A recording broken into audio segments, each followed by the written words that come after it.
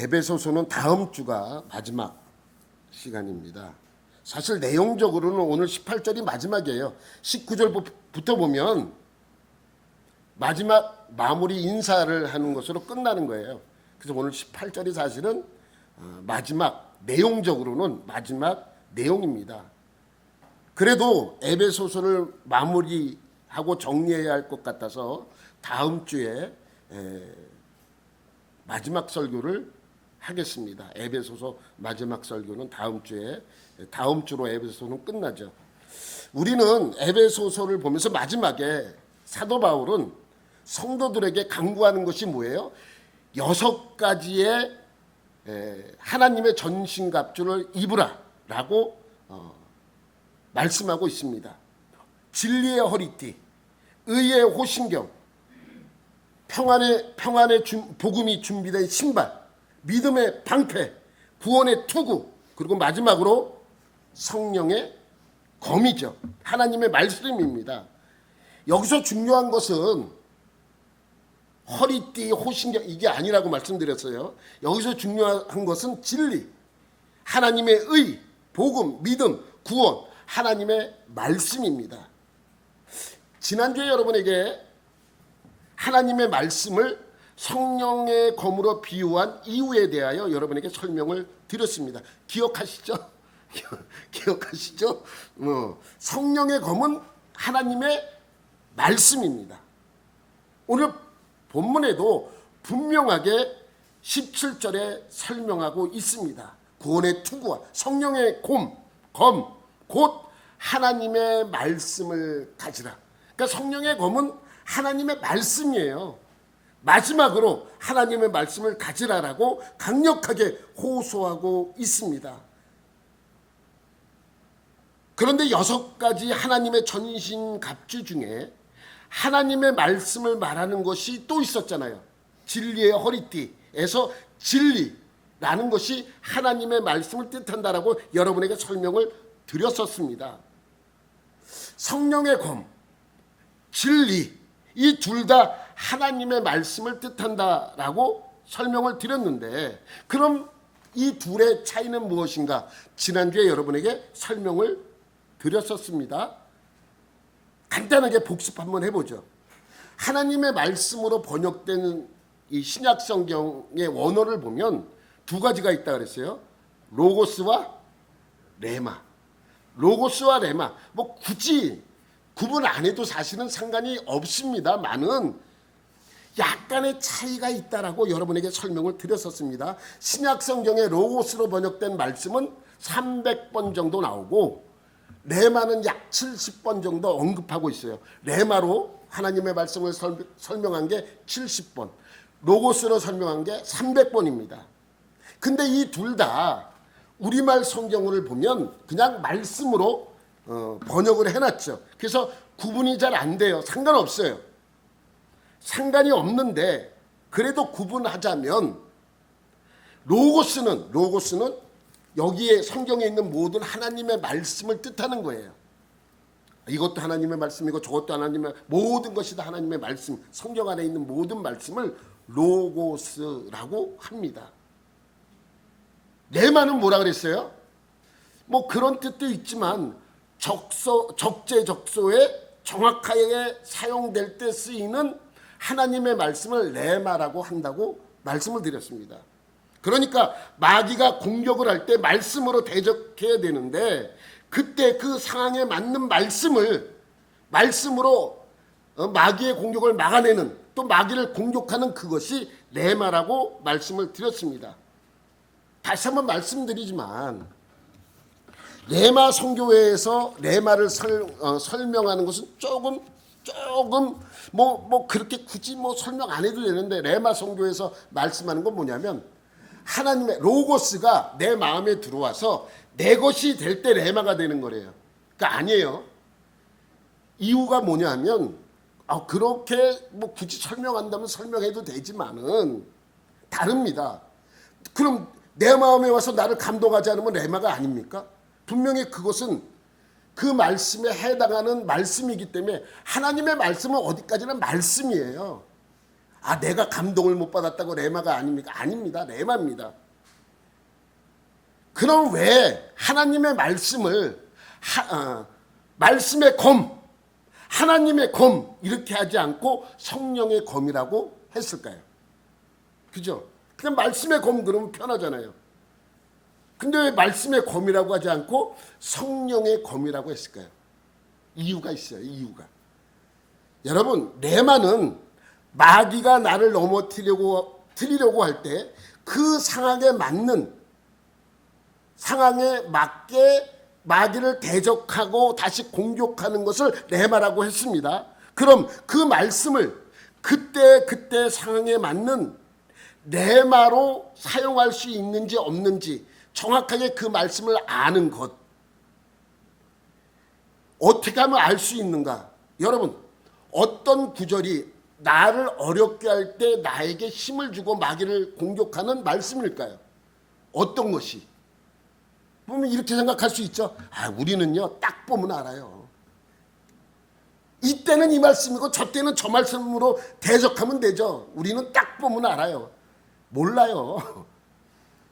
여러분 이렇게 생각할 수도 있어요. 아, 성경을 많이 보면 알 수 있는 거 아닙니까? 성경을 많이 알면 알 수 있는 거 아닙니까? 여러분, 성경을 많이 읽고 많이 아는 것 상당히 중요합니다. 그러나 그 말씀을 올바로 이해하는 것도 중요합니다. 여러분, 이단들도 성경 봐요. 여러분들보다 더 많이 아는 이단들도 아마 있을 거예요, 성경을. 근데 그 성경에 나오는 말씀을 정확하게 이해하는 것도 중요합니다. 그래야 정확한 레마가 필요한 것이죠.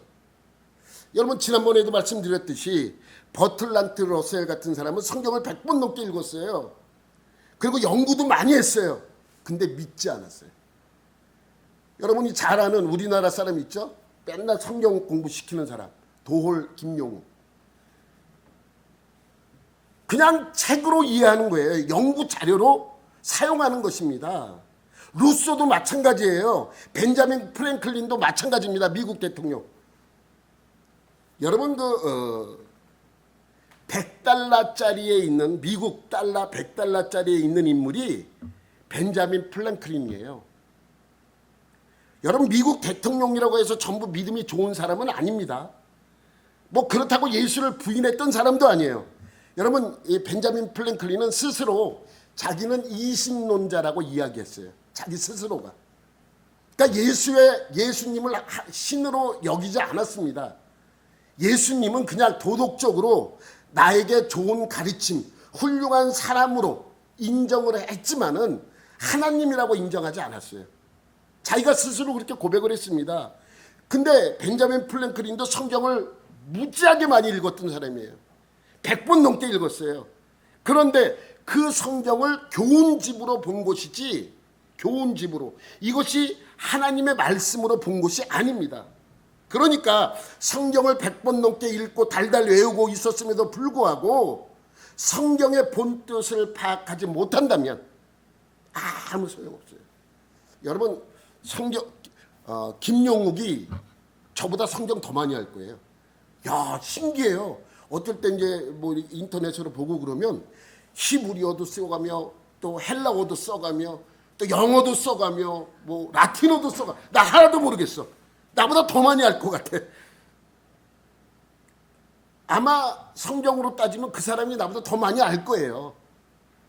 그럼 어떻게 해야 됩니까? 어떻게 해야 하나님이 원하는 성령의 검으로서 레마로서 필요한 말씀을 내가 얻을 수 있는 것입니까? 간단합니다. 성령으로 말미암지 않는 말씀은 아무 소용이 없다는 거예요. 그래서 성경 공부도 꼭 필요합니다. 또 성경 공부도 하나님의 말씀으로 하나님을 의지하고 성령으로 말미암는 것이 더 중요한 거예요. 성경을 100번을 읽어도 믿지 못하고 이해하지 못하는 이유는 성령으로 말미암지 않고 해석하거나 성령의 눈으로 보지 못하기 때문입니다. 여러분 고린도전서 2장 12절에 보면 이러한 말씀이 있습니다. 우리 다 같이 한번 읽어봐요. 시작. 우리가 세상에 영을 받지 아니하고 오직 하나님으로부터 온 영을 받았으니 이는 우리로 하여금 하나님께서 우리에게 은혜로 주신 것들을 알게 하려 하심이라. 하나님으로부터 온 영이 뭐예요? 성령. 성령을 우리에게 주신 이유는 뭐라 그래요? 노란색으로 친 줄이죠. 하나님께서 우리에게 은혜로 주신 것들 뭐예요? 말씀이에요. 말씀을 알게 하려고 성령을 주셨다라고 말씀하고 있는 거예요. 그러니까 성령으로 말미암지 않고 이해하고 연구하는 것은 아무 의미가 없다는 것이죠. 여러분, 우리는 늘 하나님의 말씀 안에서 살아야 돼요. 성령 받은 사람만이 하나님의 말씀의 그 뜻을 온전히 알 수 있는 것입니다. 그래서 베드로후서 1장 19절부터 21절도 이렇게 말씀합니다. 또 우리에게는 더 확실한 예언이 있어. 뭐예요? 더 확실한 예언이? 말씀. 예언이 말씀이에요. 더 확실한 예언. 그러니까 말로 하는 예언이 아니라 글로 있는 말씀이에요. 글로 기록된 예언. 성경이죠. 말씀입니다. 그것은 어두운 데를 비추는 등불과 같으니 날이 새어 샛별이 너희 마음에 떠오르기까지 너희가 이것을 주의하는 것이 옳으니라. 먼저 알 것은 먼저 알아야 된대요. 이 말씀은 우리에게 더 확실한 등불이 되어주는데 이 말씀을 우리가 알기 위해서 우리가 확실히 해야 될 것은 무엇이냐? 성경의 모든 예언은 사사로이 풀 것이 아니래요. 쉽게 그냥 이건 이런 뜻이구나, 저건 저런 뜻이구나 라고 사사로이 풀지 말래요. 예언은 언제든지 사람의 뜻으로 낸 것이 아니고 오직 성령의 감동으로 감동하심을 받은 사람들이 하나님께 받아 말한 것입니다. 그러니까 성경을 선포하는, 하나님의 말씀을 선포하는 사람도 사사로이 한 것이 아니기 때문에 해석할 때도 사사로이 해석하지 말라는 거예요. 왜냐하면 하나님의 감동, 성령의 감동으로 선포된 말씀이기 때문에 그렇다는 것입니다. 그러니까 성령의 감동으로 쓰여진 책은 무슨 눈으로 봐야 됩니까? 성령의 눈으로 바라봐야 한다는 말씀입니다. 그런데 이것이 조금 부작용이 있어요. 부작용. 성경을 이해하는데 마냥 성령님만 의지할 것인가? 성령님이 나에게 깨달음을 주지 아니하면, 그러면 이건 구원파가 되는 거예요. 잠깐만 뭘 깨달음을 달라고 이야기하죠. 이 부작용이에요. 이 성경을 해석하는데 성령님만 의지해야 하는가? 직통 계시를 받아 해석해야 하는가? 여러분, 어떤 목사님이, 내가 누구라 그러면 여러분들 그 목사님 아는 사람은 아니지만 그 목사님에 대해서 아는 분도 있을 거예요. 그분은 목회를 하고 이제 새벽 예배를 하는데 시간이 되는데 들어오질 않는데 그 목사님이 한 10분 정도 늦게 들어오신대요. 그러면서 얘기하는데 하나님이 말씀을 안 주셔서 안 들어왔다고, 줄 때까지 기다렸다고. 여러분 이걸 잘 이해를 해, 직통계시 이런 부분을 여러분은 잘 이해해야 합니다. 여러분 옛날 부흥사들이 이렇게 이야기한 적이 있어요. 말씀을 전한 적이 있습니다. 꼴찌하던 학생이 공부 열심히 하면 1등, 기도 열심히 하면 1등도 한다고. 그럼 공부는 안 하고 기도만 하면 1등 하는가? 여러분 공부해야 1등 하는 거예요. 사람은 자꾸만 그런 식으로 바라보는 거. 여러분 직통계시보다 더 중요한 것은 하나님의 말씀을 연구하고 기억하는 것이 더 중요하다는 뜻이죠. 여러분 이걸 잘 이해해야 합니다. 성령님은요 우리를 돕는 분이에요. 돕는 분. 여러분 옛날에 이런 광고 보셨을 거예요. 쪽집게 과외. 쪽집게 과외라는 건 뭐예요? 열심히 이 학생이 수학을 잘 가르쳐서 수학 성적을 올리겠다는 것이 아니라 이번에 나올 시험 문제를 쪽집게 같이 뽑아내서 가르친다는 거예요. 여러분 그 말은 결코 좋은 말이 아닙니다. 과외 선생님, 학원 선생님이 좋은 것은 뭐냐면 그 선생님들이 대신 풀어주는 게 아니에요. 이 학생이 공부하도록 가르치는 거예요. 그래서 공부를 하다가 모르는 문제를 가서 물어보는 거예요. 이 문제를 어떻게 풀어야 됩니까? 라고 할 때 가르치는 거예요. 이거는 이렇게 풀어야 돼. 이건 이렇게 이해를 해야 돼. 라고 알려주죠. 그럼 나는 그 방식으로 그 문제를 풀 수 있도록 하는 것입니다. 성령님도 비슷합니다. 계시의 말씀은 어떤 의미가 있는지 우리에게 알려주는 거예요. 우리가 그것을 이해할 수 있도록 우리를 설득시켜주는 게 성령님이에요. 여러분, 과거 옛날 구약 성경을 쓴 선지자들이나 사도들도 하나님의 계시를 받아서 성경을 쓴 것만은 아닙니다. 아니, 그럼 계시가 아니라 하나님의 계시예요. 계시인데 계시만 온전히 받아서 기록하지 않았습니다. 하나님의 말씀을 늘 연구하면서 공부하면서 기록한 거예요. 하나님의 계시를 받아서 직통 계시를 받아서 썼다, 이런 거 아닙니다. 여러분, 베드로 전서 1장 10절에 보면 이런 말씀이 있습니다. 시작. 이 구원에 대하여는 너희에게 임할 은혜를 예언하던 선지자들이 연구하고 부지런히 살펴서. 여러분, 성경도요, 직통 계시 받아서 막 그렇게 쓴 게 아니야. 하나님이 불러줘서 막 쓴 게 아닙니다. 계시를 보여주면 이것이 정말 어떤 뜻인가 다시 한번 생각하면서 그것을 기록한 것이 성경 말씀이에요. 그러니까 선지자들이 예언하던 선지자들, 성경을 쓴 선지자들이 늘 그 말씀을 연구하면서 살펴서 쓰는 것이죠. 환상을 보고 기록한 부분도 있지만은 그것을 늘 살펴서 연구했다는 의미가 담겨져 있는 것이죠. 여러분, 사실 성경 공부하면 지루하잖아요, 여러분. 그래서 저는 수요일날 주로 성경 공부 위주로 많이 하는데, 여러분이 어떻게 하면 지루하지 않을까 연구하면서 막 여러분에게 성경 공부를 시킵니다. 여러분, 성경 강해 설교만큼 지루한 게 없습니다. 사실은 어떤 설교가 좋으냐면 그냥 간증 설교, 이야기 설교가 좋아요. 내 얘기해주고 집에 살던 얘기해주고 이런 얘기가 좋아요. 그런데 그런 것은 물론 설교가 나에게 도움이 되지만 큰 도움을 얻지 못해요. 하나님의 말씀을 근거로 설교하는 성경 강해 설교가 우리에겐 중요합니다. 여러분, 제가 왜 여러분에게 성경을 깊이 가르치려고 노력하는 줄 아십니까? 여러분, 주일날 아니면 여러분들이 잘 안 나오잖아요. 여러분, 솔직하게 얘기해 보세요. 집에서 TV 보는 시간이 더 많다, 아니면 성경 보는 시간이 더 많다? 내가 손들라 그러지 않을게요. 속으로. 집에서 유튜브 보는 시간이 더 많다, 성경 보는 시간이 더 많다? 손들라 그러지 않을게요. 예?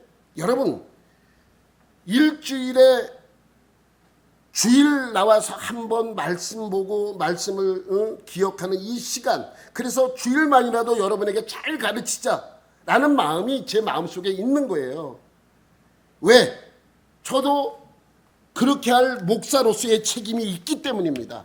그냥 일주일에 한번 나오는데 그냥 옛날 얘기나 하고 내 얘기나 하고 이런 얘기 저런 얘기 하다가 끝내고 싶지 않다는 것이죠. 성경에 있는 이 말씀이 어떤 의미로 우리에게 주시는 말씀인가? 그럼 제가 직통 계시를 받아 여러분에게 설교를 하는가? 아닙니다.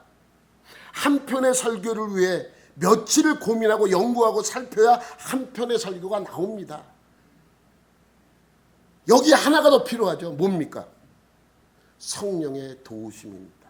그게 기도하는 거예요. 하나님, 이번 주일날 설교할 때 하나님이 함께 해주셔서 이 설교의 내용이 우리 성도들이 알게 해주시고 하나님의 어떤 의미로 이 말씀을 주셨는지 알게 하옵소서. 성령님에게 간구하는 거예요. 그래야 내 설교가 나오는 것입니다. 그러니까 성경은 더 열심히 알아. 참된 말씀으로 마귀를 대적하게 되면 마귀는 그 진리이신 하나님의 말씀 앞에서 속수무책입니다. 속임수와 거짓말 있는 마귀이기 때문에 진리 앞에서 그들은 아무 힘이 없어집니다. 그런데 여러분, 하나님의 말씀을 그냥 지식으로만, 교훈집으로만 알고 있는 사람들은 오히려 마귀에게 당하기가 더 쉬운 거예요. 늘 마귀에 이용당하는 거예요. 여러분, 마귀도 예수님 시험할 때 성경 구절을 갖다 시험하잖아요. 그러니까 이 둘을 적절히 균형 잡혀 하는 말씀이 더 우리에겐 중요합니다. 한쪽으로 치우치지 않고. 이런 거예요. 기도도 필요하지만 말씀도 중요하다는 그 균형을 잘 이루는 것이죠. 성령의 도우심도 받고 우리의 이성을 사용하여 열심히 탐구하고 읽고 성경의 지식을 쌓는 것이 필요합니다. 그래야 진짜 그리스도인이 되는 것입니다. 여러분들은 진짜 그리스도인이 되시기 바랍니다. 그리스도인처럼 흉내내지 마십시오. 이 시대에 많은 사람들이 그리스도인인 것처럼 흉내내고 있지 않습니까? 사람은 속일 수 있어요. 하나님은 속일 수 없습니다. 성령님은 속일 수 없습니다. 여러분, 사도행전에 보면 재미있는 이야기가 나와요. 그거 볼 때마다 참 이런 기본으로 그 내용을 읽습니다. 어떤 내용이냐면 사도행전에 보면 사도들이 전도하는 내용들의 모습이 처음에 나와요. 처음엔 베드로 중심으로 나오다가 이게 이제 중반 때부터 누구로 바뀌어요? 바울로 바뀌어요. 그래서 바울이 예수를 믿고 1차 전도 여행, 2차 전도 여행, 3차, 4차 이렇게 여행하는 것이 쭉 기록이 되어 있습니다. 근데 거기에 보면 3차 전도 여행을 할 때 내용이 나와요.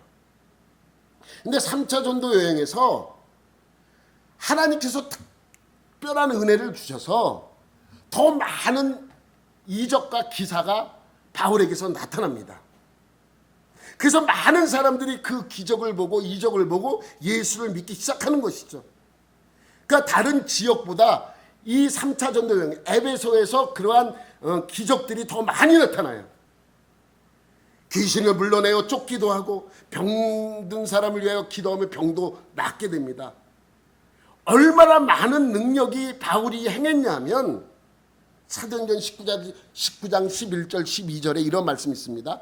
하나님이 바울의 손으로 놀라운 능력을 행하게 하시니 하나님이 하셨대요. 심지어 사람들이 바울의 몸에서 손수건이나 앞치마를 가져다가 병든 사람에게 얹으면 그 병이 떠나고 악기도 나가더라.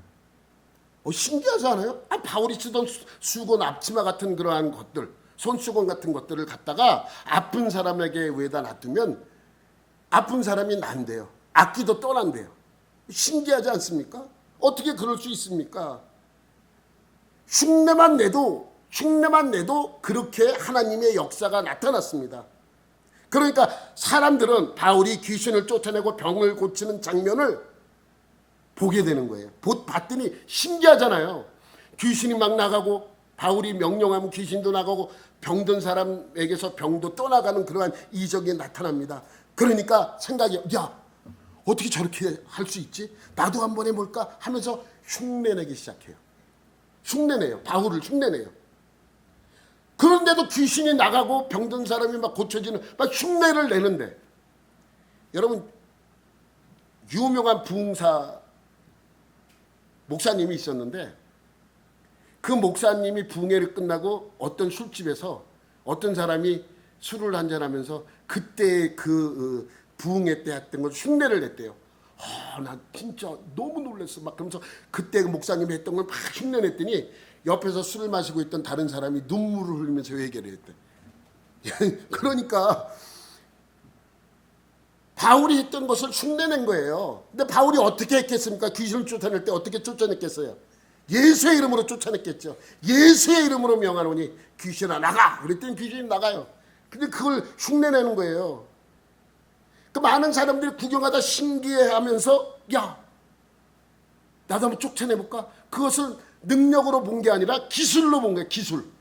그래서 자기도 똑같이 흉내내기 시작하는 거예요. 그랬더니 정말 귀신이 나가는 거예요. 근데 정말 귀신이 바울의 흉내를 내는 것처럼 냈더니 나가는데 귀신도 마냥 속진 않을 거 아니에요. 귀신도 머리가 있는데. 예? 그래서 사도행전 19장 13절 14절에 보면 이러한 내용이 있습니다. 이에 돌아다니며 마술하는 어떤 유대인들이 시험 삼아 악기 들린 자들에게 주 예수의 이름을 불러 말하되 내가 바울이 전파하는 예수를 의지하여 너희에게 명하노라 하더라. 유대의 한 제사장 스게와의 7 아들도 이 일을 행하더니 그러니까 제사장이었던 스게와 일곱 아들도 바울의 그 모습을 보고 신기해서 쫓아온 거예요. 흉내낸 거예요. 근데 뭐라고 했다고요? 바울의 흉내를 그대로 해야 되는데 조금 트릭을 써. 예수의 이름으로 명하노니, 그럼 똑같이 예수의 이름으로 명하노니 이렇게 해야 되는데, 야, 바울이 전파하는 예수를 의지하여 명하노니 이렇게 하니까 이 귀신이, 야, 나도 바울도 알고 예수도 아는데 넌 누구냐? 라고 이 일곱 아들에게 해를 가해요. 달려들어서 옷을 홀딱 벗겨. 15절 16절 계속 볼게요. 악기가 대답하여 이르되 내가 예수도 알고 바울도 알거니와 너희는 누구냐 하며 악기 들린 사람이 그들에게 뛰어올라 눌러 이기니 그들이 상하여 벗은 몸으로 그 집에서 도망하는지라. 웃기지 않습니까? 아니, 바울이 그걸 보면 얼마나 웃었을까요? 미친놈들 저거 놀고 있네 이랬을 거예요. 그런데 정작 본인들은 얼마나 두렵고 떨렸겠습니까? 자기도 할 줄 알 것 같았는데 막상 해보니까 이 귀신이 나한테 달려들어서 나를 제압하는 그 모습을 보고 얼마나 떨렸겠습니까? 여러분, 우리는 바울이 믿는 예수를 믿는 것이 아니라 나를 구원한 예수를 믿는 것입니다. 여러분, 그렇게 말하면 그럼 바울이 전한 예수가, 우리가 믿는 예수가 이런 의미가 아니에요. 이런 거와 똑같아요. 부모님이 믿음이 좋아. 근데 믿음 좋은 부모님 믿음으로 아이들이 구원을 받느냐? 그건 아니에요. 내가 믿어서 내가 구원받는 거예요. 자녀의 믿음으로 자녀가 구원받고 부모의 믿음으로 부모가 구원받는 것이지 부모의 믿음으로 내가 구원받지는 않아요. 바울이 믿는 예수를 우리는 믿는 것이 아니라 나를 구원한 예수를 내가 믿는 거예요. 그것을 바울이 전할 뿐이지.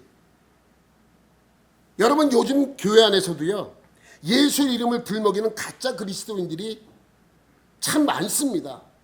그리스도인인 것처럼 흉내내고 있습니다. 우리 교회 말고 다른 교회 얘기하는 거예요. 그리스도인 것처럼 흉내내는데 하는 짓은 마귀야. 여러분, 온전한 그리스도인들도 가끔 마귀 짓을 하는데 가짜 그리스도인들은 더 마귀 짓을 하고 있지 않겠습니까? 그러니까 여러분, 내가 하는 모든 것을 의심해야 합니다. 나는 정말 온전한 믿음을 갖고 있는가?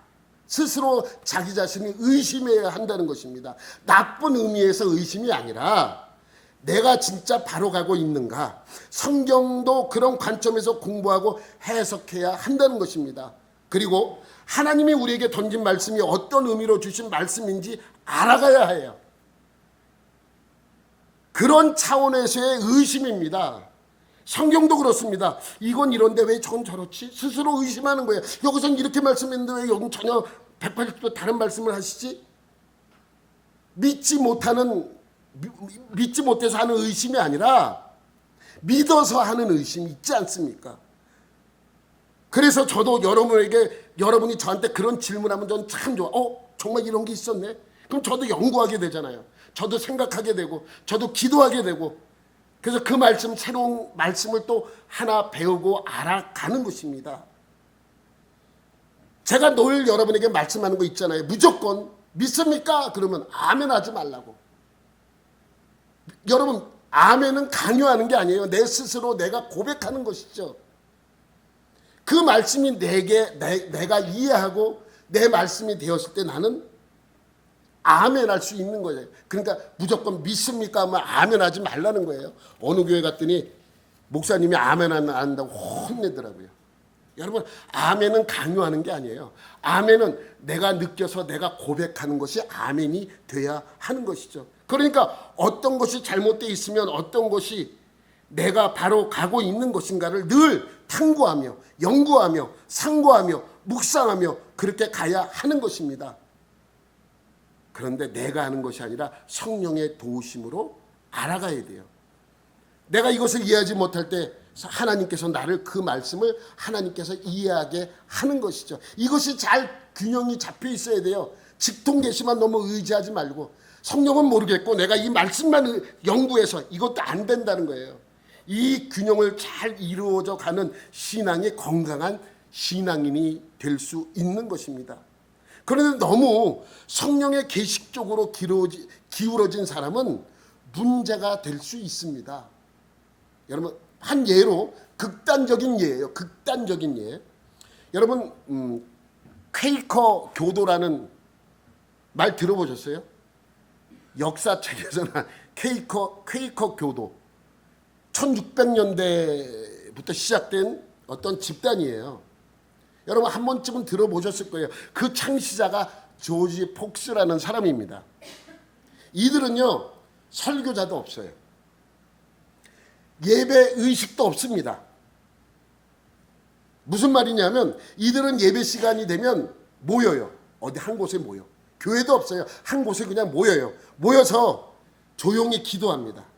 기도를 하다 침묵 기도합니다. 사람이 많으니까 침묵 기도만 드립니다. 그러다가 성령의 감동을 받은 사람이 있으면 신분, 성별, 나이 뭐 상관없이 그 자리에서 일어나 자신의 깨달음으로 말씀을 전하기 시작하는 거예요. 남자든 여자든 상관없어요. 나이가 많든 젊든 상관이 없습니다. 여러분, 우리는 성경을 깨달음으로 알고 있지 않아요. 성령의 감동으로 아는 거예요. 왜 그렇게 하느냐? 이들이 주장하는 게 있었습니다. 만인 평등 사상 때문입니다. 만인 평등 사상 똑같다는 거예요. 모든 인간은 하나님 안에서 다 똑같다라는 것이에요. 그렇게 믿었기 때문에 당시 신분제 사회였던 영국에서 왕이나 귀족 앞에서 모자를 벗지 않았던 사람이에요. 맞아도 안 벗어요. 뭐 벗기면 벗겨지 또 씁니다. 그리고 존칭도 쓰지 않았어요. 그러니까 여성에게도 똑같은 권리, 좀 나이 어린 사람에게도 똑같은, 당시로서는 파격적인 모습이었습니다. 그래서 많은 사람들이 그곳에 모였습니다. 그런데 여러분, 퀘이커의 창시자 조지 폭스는 처음부터 이상하지 않았어요. 처음에는 개혁주의 신앙을 추구했던 사람입니다.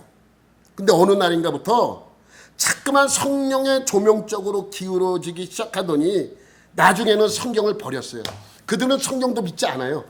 오로지 믿는 것은 계시예요. 계시만 믿어요. 그래서 앉아서 기도하다가 하나님이 나에게 깨닫게 한 그 말씀을 하나님의 계시의 말씀으로 여긴 것이죠. 그러니까 개혁주의 신앙을 옹호했던 사람도 그렇게 바뀔 수가 있습니다. 그러니까 우리는 매일매일 확인해야 됩니다. 내가 오늘 하루 이 말씀을 가지고 내가 하나님의 말씀을 읽을 때 나 자신은 하나님에게 옳은 방법으로 가고 있는가? 나는 성령의 검을 사용하고 있나? 라고 늘 스스로를 의심해야 한다는 것이죠. 여러분, 예수님께서 공생의 기간 동안에 제자들을 가르쳤고 명령하셨고 미래에 대하여 알려주셨습니다. 그죠? 근데 제자들은 대부분 예수님이 가르쳐 주었던 말씀들을 제대로 다 이해했을까요? 대부분 이해하지 못했을 것입니다. 그래서 어떤 말씀을 할 때는 그 말씀에 대해서도 자세하게 설명해 준 적도 있어요. 여러분, 돌발짝에 떨어진 씨앗에 대한 비유도요. 그것을 사람들이 있을 때 그 비유의 말씀을 하시고 그들이 간 다음에 제자들만 남았을 때 그 비유에 대해서 자세히 또 설명을 해줘요. 왜? 잘 몰라. 예수님이 아무리 이야기해도 가르쳐줘도 잘 이해를 못하는 거예요. 그 중에 하나가 뭐냐면 성령에 관한 내용입니다. 예수님이 살아계실 때 성령에 관해서 많은 말씀을 알려주셨습니다. 그렇지만 성령을 받으라, 성령을 받아야 된다 라고 처음부터 제자들에게 명령하지 않았어요. 그럼 예수님이 제자들에게 성령을 받으라고 강조한 것은 어느 때부터입니까? 성령을 받으라고 예수님께서 제자들에게 다그쳐요. 언제부터 그렇게 하셨습니까? 언제부터 하신 것 같아요, 그렇게? 공생의 기간엔 없어요. 예수님이 부활하신 다음부터 제자들에게 성령 받으라고 강하게 명령하십니다. 그 전에는 공생의 기간 동안에는 성령에 대해서 알려는 주세요. 성령에 대해서 가르쳐 주세요. 그런데 성령 받으라고 직접적으로 명령하진 않아요. 근데 예수님께서 제자들에게 성령 받으라고 명령한 때가 언제부터냐면 부활하신 다음이에요. 예수님이 부활하시고 제자들에게 나타나 거의 처음 하신 말씀이 뭔지 아세요, 여러분? 뭐 인사 같은 거, 평강이 있을지어다, 평강하라, 이러한 인사말 말고, 또 개인적으로 만났을 때 말고 모든 제자가 다 모였을 때 처음으로 하신 말씀이 뭔지 아세요? 물론 그 자리에는 도마는 없었어요. 도마는 없었다고 성경에 기록되어 있더라고요. 예수님이 처음 하신 말씀 뭔지 한번 보죠. 요한복음 20장 19절부터 22절 말씀. 이 날 곧 안식 후 첫날, 부활한 날이죠. 부활하신 날 아침에 부활했는데 저녁 때가 됐어요. 제자들이 유대인들이 두려워하여 모인 곳에 문들을 닫았더니, 이게 유대인들이 무서워서 문을 닫았어요. 유대인들이 잡으러 다니고 막 그랬으니까. 예수께서 오사 가운데 서서 이르시되 너희에게 평강이 있을지. 인사말이에요. 샬롬 한 거예요. 샬롬.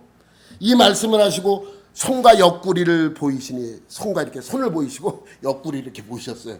손에 못 자고 옆구리에 창 짜고, 자, 나 누군지 알겠지, 이렇게 하신 거예요. 제자들이 주를 보고 기뻐와 예수님이네, 주님이네 라고 기뻐한 거예요.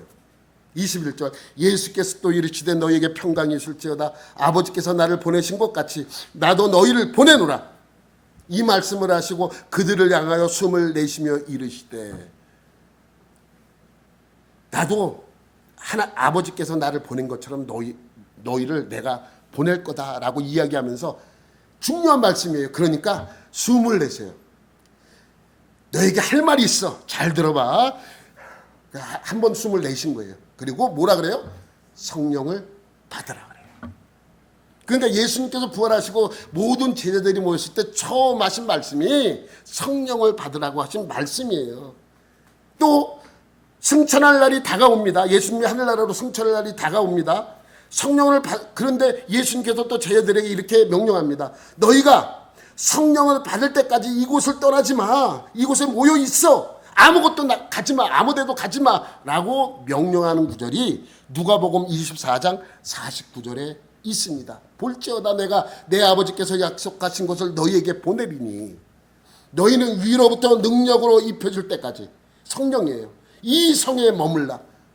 마가의 다락방에 그냥 그대로 있으라고 말씀하시는 거예요. 위로부터 능력이 입혀질 때까지, 성령이 임할 때까지 아무데도 가지 마. 이 성에 머물러 있어 라고 명령하는 내용이죠. 그리고 하늘나라로 올라가기, 승천하시기 직전에 또 예수님께서 제자들에게 이렇게 말씀하십니다. 사도행전 1장 4절 5절 4절 5절 8절 말씀이에요. 사도와 함께 모이사 그들에게 분부하여 이르시되 예루살렘을 떠나지 말고 내게서 들은 바 아버지께서 약속하신 것을 기다리라. 요한은 물로 세례를 베풀었으나 너희는 몇 날이 못되어 성령으로 세례를 받으리라 하셨느니라. 그러면서 오직 성령이 너에게 임하시면 너희가 권능을 받고 예루살렘과 온 유대와 사마리아와 땅까지 이르러 내 증인이 되리라 하시니라. 왜 예수님께서는 부활하신 직후 계속해서 제자들에게 너희는 성령을 받아야 된다, 약속한 것을 기다리라, 이 성을 떠나지 말라 계속해서 말씀하시면서 마지막에 간절하게 부탁하는 유언의 말씀도 바로 오직 성령이 너에게 임하시면 너희가 권능을 받고라고 한 이 말씀을 남기셨을까요? 여러분, 이 말씀 성령을 받아야 되는 이유는 첫 번째는 온전한 증인이 될 수 있기 때문입니다. 성령을 받아야 되는 이유는 온전한 증인이 될 수 있기 때문입니다. 증인이라는 것은 그 자리에 있었던 사람만이 증인이 될 수 있습니다. 그런데 증인이 되는 것 때문이기도 하지만 또 중요한 것이 있어요. 또 여러분, 제가 말씀드렸듯이 예수님이 이 땅에 계실 때 제자들을 가르쳤고 명령하셨고 미래에 대해서 설명해 주셨습니다. 근데 제자들이 알았다 그랬어요? 몰랐다 그랬어요? 대부분 잘 몰라. 저게 무슨 말이야? 이상한 말씀하시네. 내가 죽어야 너희가 산다. 뭐 이상한 말씀이에요. 우리는 예수님께서 주님께서 막 그냥 이걸 뒤집고 메시아로서 그럼 내가 한 자리 이런 거 생각하고 있는데 내가 죽는다 내가 죽 잠깐만 이상한 얘기 이해를 못하는 거예요 제자들이. 당연하죠. 여러분이 학교 다닐 때 선생님 말씀 다 이해해요? 이해가 안 되면 머리에 남아있지도 않아요. 만약에 듣는 것을 머리에 남길 수만 있다면 다 서울대 갔을 거예요. 그죠? 근데 대부분 선생님이 설명해 준 것 100% 다 이해하지 못해요. 다 몰라요. 그냥 그렇구나 한두 개 이해만 돼도 훌륭한 것이죠. 그러니까 대부분 제자들도 인간의 모습으로는 예수님이 알려준 모든 것을 기억하지 못했습니다. 그런데 어떻게 해서 제자들은 예수님의 일대기를 복음서 성경에 기록할 수 있었을까요? 어떻게 성경에 기록할 수 있었을까요? 제대로 된 이해를 못했는데 어떻게 기록할 수 있었겠습니까? 어떻게 해서 예수님에 대하여 사람들에게 전할 수 있었겠습니까? 여러분 성령님 때문입니다. 여러분 요한복음 14장 26절에 보면 이러한 말씀이 있습니다. 보혜사 곧 아버지께서 내 이름으로 보내줄 성령 그가 너희에게 모든 것을 가르치고 내가 너희에게 말한 모든 것을 생각나게 하시리라. 성령님께서 다 알게 하신대요. 예수님이 과거에 가르쳤던 모든 것이 지금은 잊어버렸는데 성령님이 내게 오면 가르쳤던 모든 것을 다시 생각나게 하고 이해시킨다라는 말씀이죠. 이런 겁니다. 보세요. 예수님이 공생의 시절 제자들 앞에서 사람들 앞에서 선포한 말씀이 있습니다. 요한복음 7장 37절 38절이에요. 거기에 이런 말씀이 있습니다. 우리 다 같이 시작. 명절 끝날 곧 큰 날에 예수께서 서서 외쳐 이르시되 누구든지 목마르거든 내게로 와서 마시라. 나를 믿는 자는 성경의 이름과 같이 그 배에서 생수의 강이 흘러나오리라 하시니. 예수님을 믿으면 배에서 생수가 여러분 다 생수 흘러나왔어요? 나는 생수는 모르겠는데 예수 믿고 나니까 배에서 땀이 많이 나더라. 이런 것만 여러분 배에서 정말 생수가 흘러나왔습니까? 이거 말도 안 되는 소리를 하고 있어. 배에서 무슨 강이 흘러. 그잖아요. 이게 무슨 뜻인지 몰랐어요. 그런데 성령님이 오시니까 알려준. 여러분 이게 무슨 뜻인 것 같아요? 그 배에서 생수가 흘러나온다는 말씀이 무슨 뜻이에요? 모르죠. 이거 모른단 말이죠. 여러분 몰라요. 요한도 몰랐어요. 그런데 이 말씀을 성령이 내게 임한 뒤에 이 말씀이 어떤 의미인지 알아가는 거예요. 그걸 가르쳐줘요. 39절 계속해서 볼게요. 39절 말씀 보면 39절 이는 그를 믿는 자들이 받을 성령을 가리켜 말씀하신 것이라. 그 배에서 생수가 흘러나온다는 것은 성령이 임한다는 말씀을 이렇게 비유로 한 것을 나중에 알아서 온전히 가르쳐 준 것이죠. 그러니까 성령이 우리 안에 계시고 하나님의 말씀을 잘 연구하고 탐구해야 제대로 이해되고 또 이해가 될 때 그 말씀이 내 것이 되는 것입니다. 그래서 오늘 본문 18절 말씀하는 것이 바로 그겁니다. 오늘 본문 17절 18절 말씀 시작. 구원의 투구와 성령의 검 곧 하나님의 말씀을 가지라. 모든 기도와 간구를 하되 항상 성령 안에서 기도하고 이를 위하여 깨어 구하기를 항상 힘쓰며 여러 성도를 위하여 구하라. 여러 성도들도 그렇게 되기를 위하여 성령 안에서 기도하래요. 간구하래요. 그러니까 성령님으로 말미암지 않고는 온전히 이해할 수 없는 것입니다. 그러면 내 나름대로 해석을 하는 거예요. 내 나름대로. 그래서 이단이 나오는 것이죠. 그러니까 그리스도인을 흉내내지 마시고 성령님으로 말미암아 온전한 그리스도인이 돼야 합니다. 여러분 성령으로 행하시고 성령으로 충만한 진짜 그리스도인들이 되시기를 예수님의 이름으로 축원합니다. 하나님 아버지